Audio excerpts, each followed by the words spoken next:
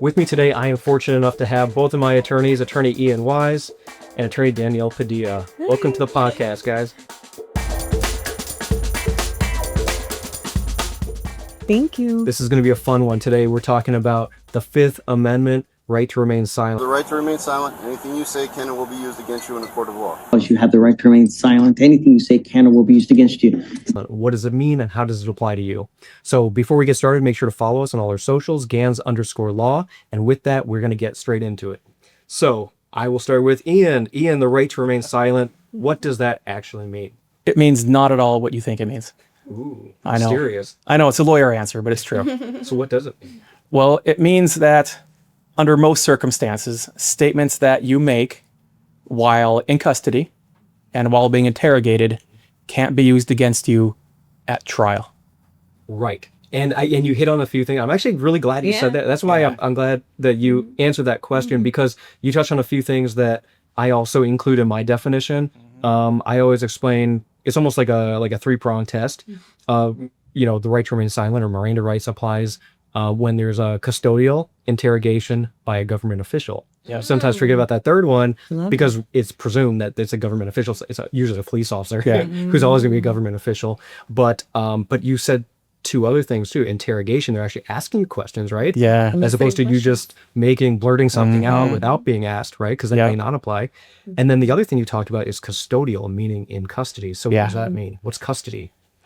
You want this one? Yeah, not free to leave. You're not free to leave. Right, which means it doesn't even have to be a formal arrest. Correct. Right? Just something tantamount or equal to a formal arrest. So if you're being detained, you're put in cuffs or any variety of circumstances, surrounded by maybe 8 police officers with guns, even if you're not in handcuffs, totality of circumstances, it could be something that could be equal to an arrest, which would be custody, right? Absolutely. And sometimes those type of scenarios, little do people know or expect walking into it without an attorney, that it could quickly spiral and end up with them being in handcuffs if not handled right, or, if we're not, choosing to invoke the Fifth, attorney's not present. I mean, within the last month, we've seen it here in the law firm. How many pre-arrests have we had?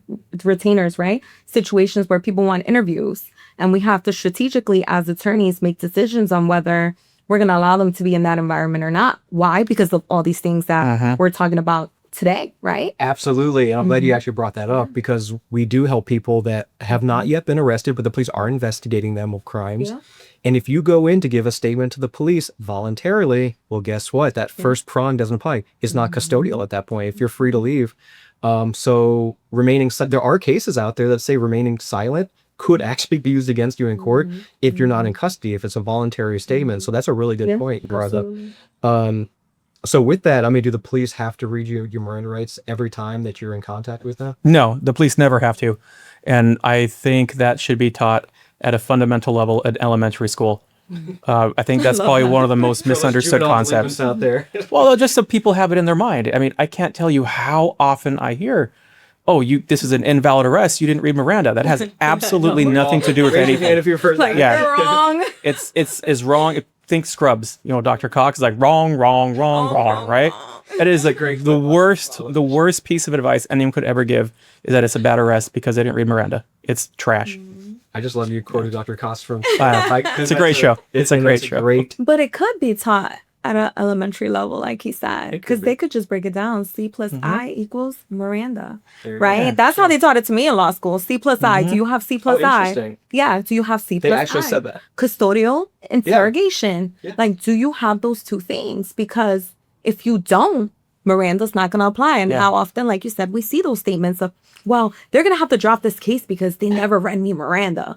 Well, guess what? They didn't need to. And this is why, right? And then we go down our analysis and break it down for clients. But, it could be simplified to C plus I, and it could be taught in elementary school. I agree. Yeah, just that understanding. But to break it down even further, if they don't read Miranda and you confess and tell them where a murder weapon is, they can still use that murder weapon against you.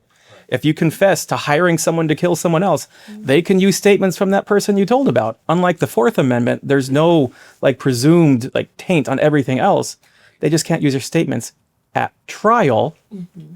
So it's not but they can if you testify and say something different. So they can use it at trial. Yeah, so, there's exceptions too. Absolutely. Yeah, the statements that get off topic, but statements that you make that get suppressed that shouldn't be out under other circumstances could still come in. will, yeah. Absolutely. If the circumstances are correct. So that's a little catch-all that some people don't See know. what I mean? Not at all what you thought. You're so right. You delivered on your promise. I try. So I think the answer is no, police don't have to read Miranda every time. And if they don't, that doesn't mean the case is getting dismissed, right? Yeah. Best case scenario, you get those statements dismissed, but they could still use other evidence. Yeah. Absolutely. All right. Is staying silent the same as asking for a lawyer? No. No. It's not. No. I mean, you're now talking about, right? Your Fifth Amendment right to remain silent, and your right to counsel. We're talking now about the Sixth. Like, we have different implications, different times where these things can come into play. And I think that that's one of the things about Miranda, right? And choosing to invoke your right to remain silent is you have to be clear about it, you know? And I think that a lot of people don't really have, like he said, that knowledge and that background to know like how this all works and how it's all triggered, right? And if we're not out here educating people on these things, how many times are people going to be in situations where things are going to end up coming in later on in court because they don't know how these things are triggered? All of it, you know? Yeah, absolutely. And like you said, educating people on it, because this is a constitutional right, is in the Constitution. There's a reason for it, and there's a purpose behind it. It wouldn't be in the Constitution if it were not such a pivotal and critical thing. This is not. Go ahead, Ian. But what you said, being clear, is absolutely very, very important. Saying, I really think I want an attorney is not enough. It's not enough, because I think there's some little bit of maybe, and the court say, no, too bad. It's not. It's not unambiguous. You're right. is the The word. court's going to look at, was it equivocal? Was it unambiguous? Let's Knowingly, intelligently. I mean, there's so many ways that they, look at it and describe it and analyze it. Yeah. And they can tell you, oh, you have a right to a lawyer present during questioning. What does that mean on the roadside? They have to give you a lawyer right then? No, of course not. No. They're going to give you a lawyer, but if they're going to question you, you do have that right. Correct. As long as you're in custody. Yes.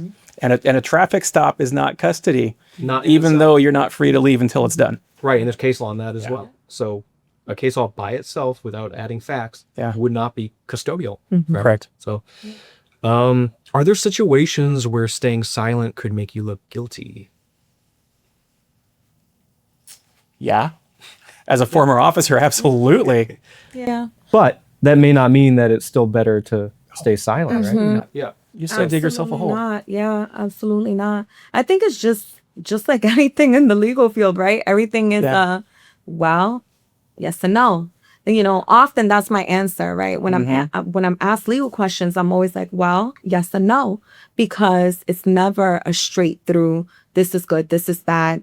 Do it this way, and that leads you to success or failure or whatever. Like, it's a case by case basis where we have to analyze these things and see what would have been the better alternative. Sure, right? because if there was a one size fit all, we would just tell you right now, Right. and then they just give the last podcast, Right. Because there just never is one. It's Yeah. all contextual. It's all based on the facts, the situation.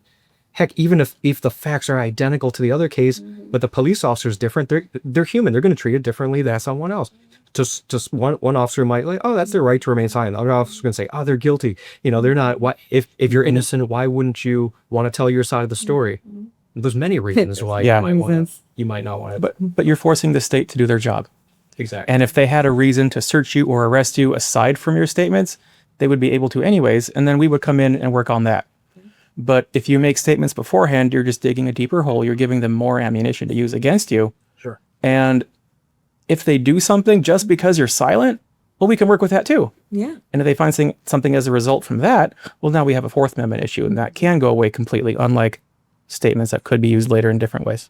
Yeah, absolutely. And when you give the statement to police, whether it's verbal or hopefully not written down, and not be locked into that statement, and maybe, heaven forbid, you misstate something, or you make a mistake, or even as simple as omitting something. Maybe there's something you didn't put in because you didn't think it was important, or I don't see how that's relevant. And now later, like, oh, well, you didn't tell us about this. Well, what are you hiding? And but at that point, you've already given your statement. Yeah. So you're kind of locked into it, right? Yeah. Make them work for it.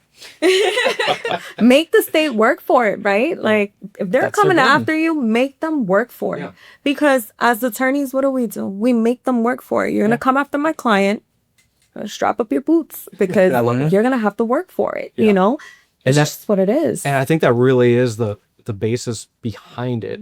To people to not be compelled by the government to put a case on against themselves. Yeah. They cannot be forced. They cannot be coerced.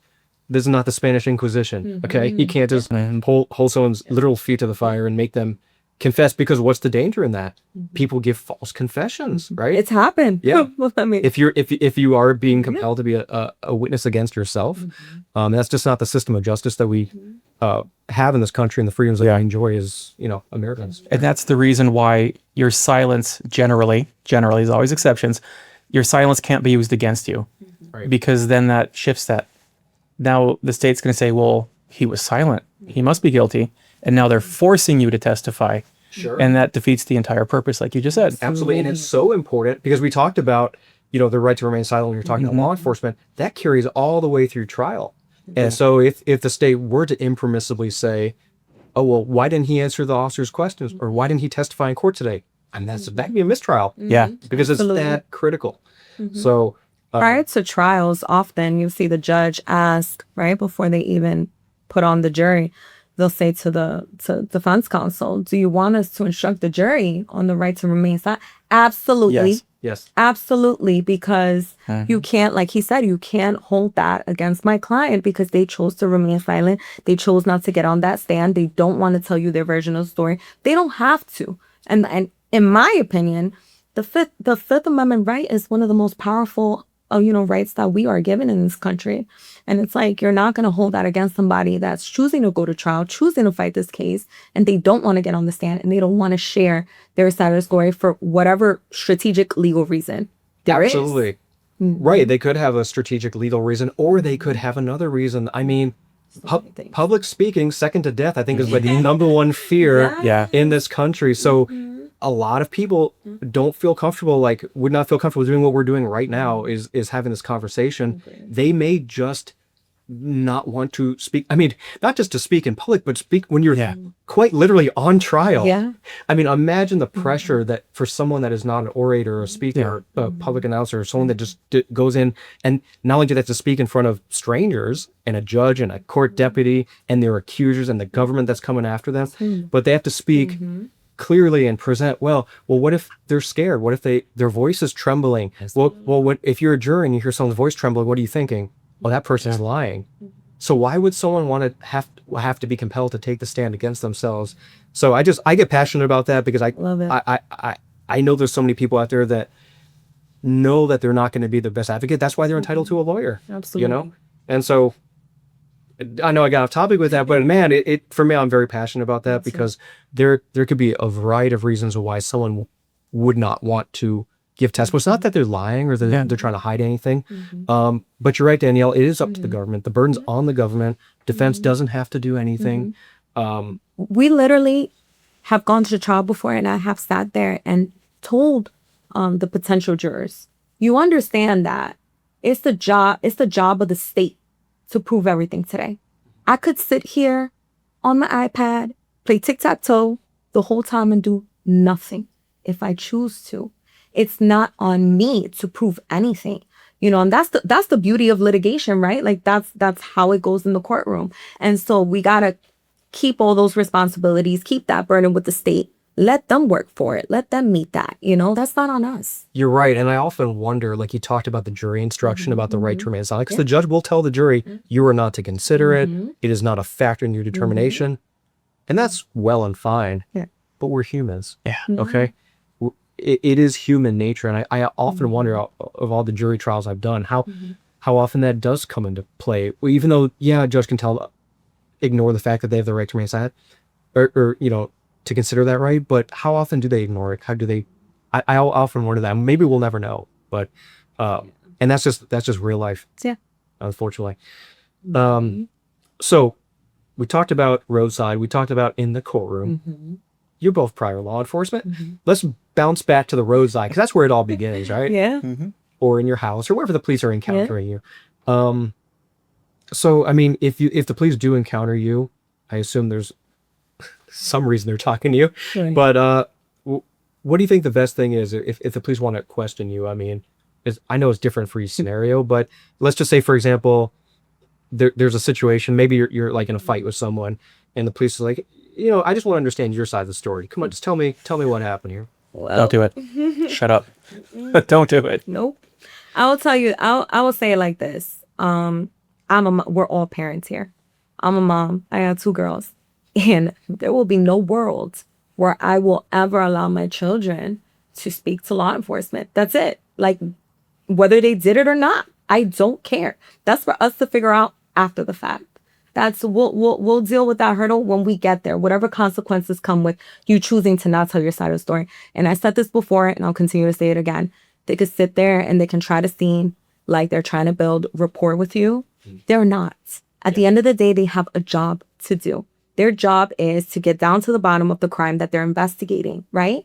And we all know that the burden that they have to meet to be able to charge somebody with a crime is completely different than the burden the state meets at trial, right? 2 different worlds. So their standards are way lower. So they only have to get up to here to be like, yeah, you did it. Yeah. I'm putting you in handcuffs. You talk about probable cause. Yeah, probable cause. Like, it's completely different beyond a reasonable doubt, which is what the state has to prove. So they only have to get here. And I'm not going to let you talk so that they could feel like they got here. No, we'll litigate it in court later. Yeah. Just And then, quiet. and see, that's the advice you give to your own children, and as being a prior law enforcement officer. That's Yeah, very- absolutely. Yeah. Yeah, I think you're not wrong about that. So the police, right? Can they lie to you to try and get you to say something? I see you're laughing. Are the police allowed to lie? Is that possible? Absolutely. Absolutely. Absolutely. Explain that. How does that work? They just are. They just are. The only thing they can't lie in such a manner that it's coercive. For example, if you don't tell me what happened today, I'm going to take your kids away. You'll never see them again.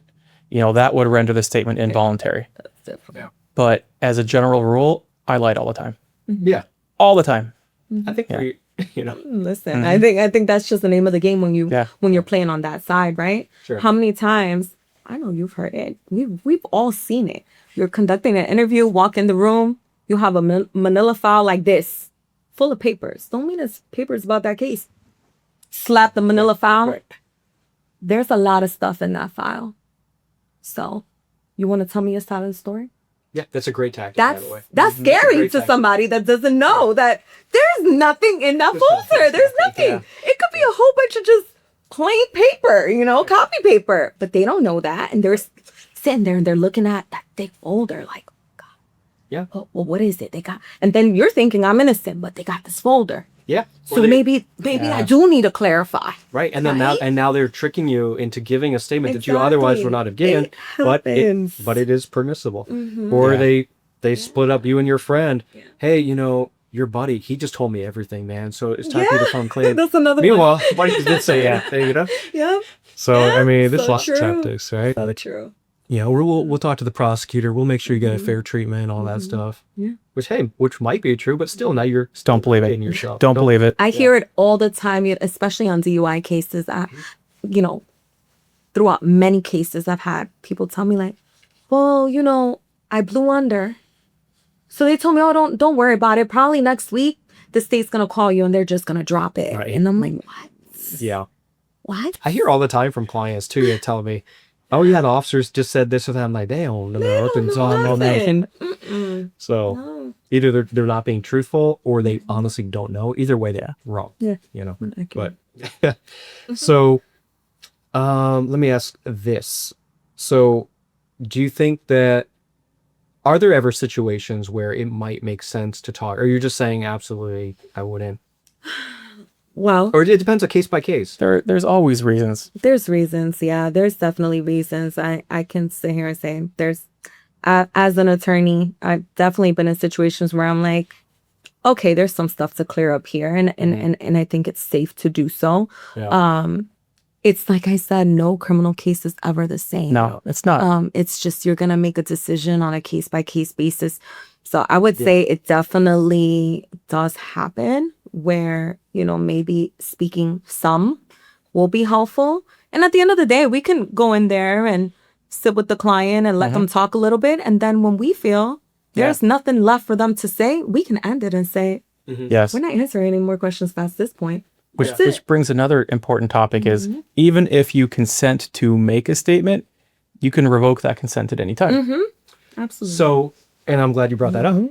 So what you're saying is that if you do waive your right and you agree to speak to the police and you're giving a statement at any time for any reason, you can revoke that and say, you know what, I'm done talking. Yeah, it's your right. Absolutely. And that silence, after that point, can they use that against you in court then?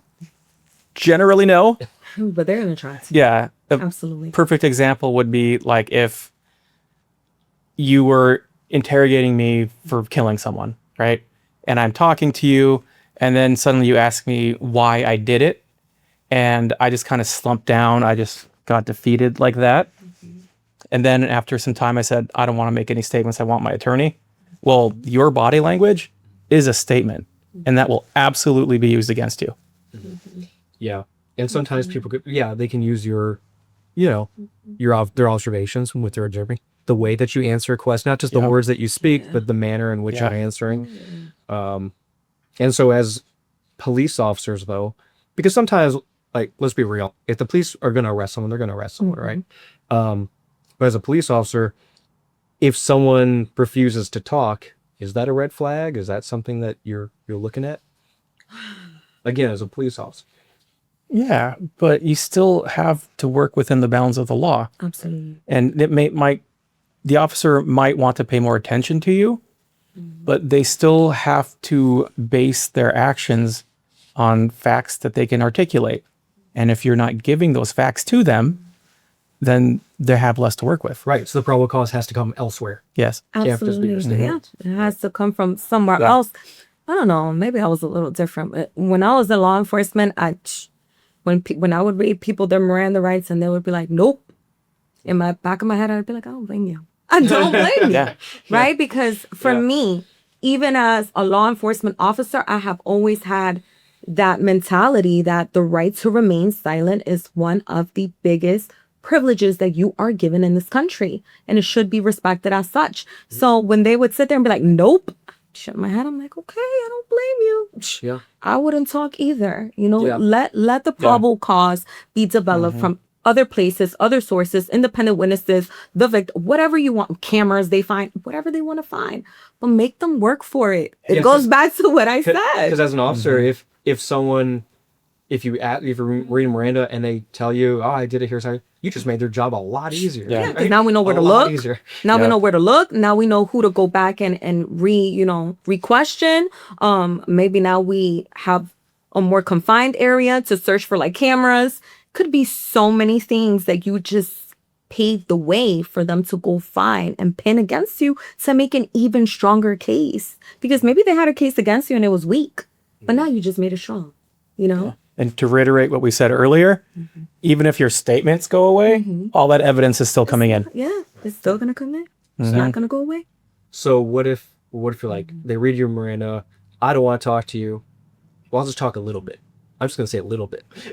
Doesn't work that way. Doesn't work that way. Doesn't work that way, no. Because you're still talking. Now you've opened the, now you've pretty much waived that right? Because now it's not clear and unambiguous. Exactly. That's what you were talking about earlier. Yep. So true. All right. So when it comes to the right to remain silent, what's the difference between like being detained versus being arrested? I know we talked about like on a traffic stop, you're technically not free to leave, but Miranda may not apply at that point. So it's kind of sliding scale in a way, right? Yeah. I mean, well, when you're detained, typically when I was in law enforcement, I would say, I'm putting you in handcuffs. You're being detained pending my investigation. You know what that means? Anything can still happen. There's a chance that I might gather statements from other people, look at the camera, whatever. And it would happen a lot. And sometimes in petty thefts, I would get the statements. And sometimes the loss prevention officers, they get excited. They want to pull the trigger on something too fast. And then when I look at everything, I'm like, oh, They didn't pass all points of sale. Now I'm taking this person out in handcuffs, right? Sure. So anything can happen. But once you are arrested, that's it. You're being charged now, for sure. That's it. That's how it's ending in that moment. You're being charged. So there's a very big difference about the legal implications, like in both scenarios, right? Yeah, and being detained doesn't necessarily mean handcuffs. If you're a passenger in a car that gets pulled over, Absolutely. you're detained. The big difference is that it's temporary. And even a temporary detention might be custody for the purpose of Miranda. An arrest is always custody for Miranda. But I mean, like you said, if there's 8 officers around you, if they pointed their guns at you, they put handcuffs on you, even if they said they might come off, a reasonable person in that position will be like, oh crap, I am not free to leave. Can't go. And that's what Miranda cares about, is that right there. Yeah, I think you nailed it for sure. So true. So I'm going to go through some rapid fire questions. I know you guys have not heard these in advance, so I'm just going to go boom, boom, boom. I still don't like olives. They're gross. What? That's where we're going. That's like full podcast. Oh my God. What did you call that? Disgusting, salty bits of nastiness. I don't remember. It was But they're gross. close to that, yeah. Grind, not, what did you say? Gross. I don't know. Yeah, they're gross. All right, rapid fire. Say nothing or say everything? Nothing. Nothing. Nothing. Okay. Lawyer up immediately? Yes or no? Yes. Can silence protect you 100% of the time? No. No, yeah. Okay, biggest myth about right to remain silent. Aside from what we talked about earlier, Yeah, that aside from what we talked about. people think it has to happen has or to the arrest happen. is Case bad. dropped, right? Immediately. Yeah. They didn't mean Miranda, my whole case is dropped, right? So It's that's the biggest misconception, and we hear it all the time. Yeah. And then outside of that, probably that evidence that's found as a result of those statements can still be used. And your statements can still be used against you at like motions to suppress, at an arraignment. If there is a grand jury, it can be used against you there. Actually, Yeah. that goes back to, that's funny that you say that. That goes back to, it was actually Brandon that taught me that when I was your intern. I remember one time I was doing some legal research on a case and I thought I found a smoking gun. And I'm came in your office and I'm like, that's it. None of this is going to come in because of X, Y, C. And you're like, that's awesome that, you came to that conclusion. But have you ever heard of the inevitable discovery doctrine? Yeah. And my face drops and I'm like, huh? You're like, go read about that. Great teaching moment. Yeah. Like it's never left me. It's never left me, but you talk. it hasn't left me either. So that pesky little bugger here. It ruins a lot of good arguments there. Yeah. It does. It does. But it's, the government has a lot at their disposal. I would say that. And so sometimes it feels like we're fighting an uphill battle to protect people's rights. But it's a battle we fight every day, right? Well, to kind of add on to that just a little bit, I know one of our recent podcasts, we talked a lot about guns and gun safety and whether you should make statements if you're ever involved in a self-defense shooting. Now, one of the exceptions for Miranda is a public safety exception. So if you're involved in a shooting and let's say they place you under arrest, whether it's a good arrest, bad arrest, for now, it just doesn't matter. You're under arrest. So Miranda should apply, but they don't read the advisory. And they ask you where you're shot, how many times you shot. Well, that is a public safety emergency. They're trying to make sure that people aren't going to be hurt. So even if in violation of Miranda, those statements are still coming in. Yeah. So There's loopholes. nothing is black and No, Yeah. absolutely not. always. Yeah. Great. That's why it's, I love that we can talk about the law, even though we're not, giving legal advice. Yeah. It's good that people are aware, at least have a cursory knowledge of kind of what's going on out there. What's one thing that you wish every person knew before talking to the police? That they don't have to. That's what I was going to say. Yeah, that they don't have to. I think people don't understand that, I just think when it comes to your Fifth Amendment right, people don't understand it at all because there's so many complexities to it, right? And we've discussed all of those things right now. But I think people don't realize you don't have to, So close the door and tell them bye, what would you say? Yeah, what should someone say? Like, the police want to question them about a crime. Is there something you recommend? I think if I was in their shoes, I'd probably be like, okay, you want to question me regarding what? Right? I need to know what first. Sure. And then from there, obviously, I'm going to say don't talk. Yeah. And then call a lawyer. call a lawyer, consult, like, listen, the police are showing up to my house. They're saying they want to speak to me regarding XYZ. I have chosen not to talk at this point. I really don't know what to do moving forward. I do want to see this go away. So maybe you could counsel me on what would be the best thing for me to do in this moment. Take a step back. Like, you don't have to make a decision right then and there, because if you do, for whatever reason, decide you want to talk, they're not going to deny you the right to talk to them 2 days later, 3 days later, after you've, consulted with counsel and gotten, good advice. You don't have to make a decision in that moment.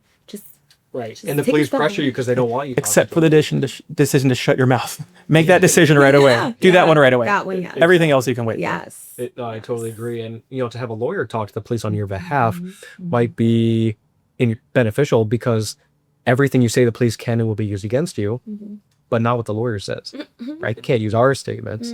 So it's a layer of protection, lawyer up. So when's the right time to call a lawyer like us? Right away. ASAP.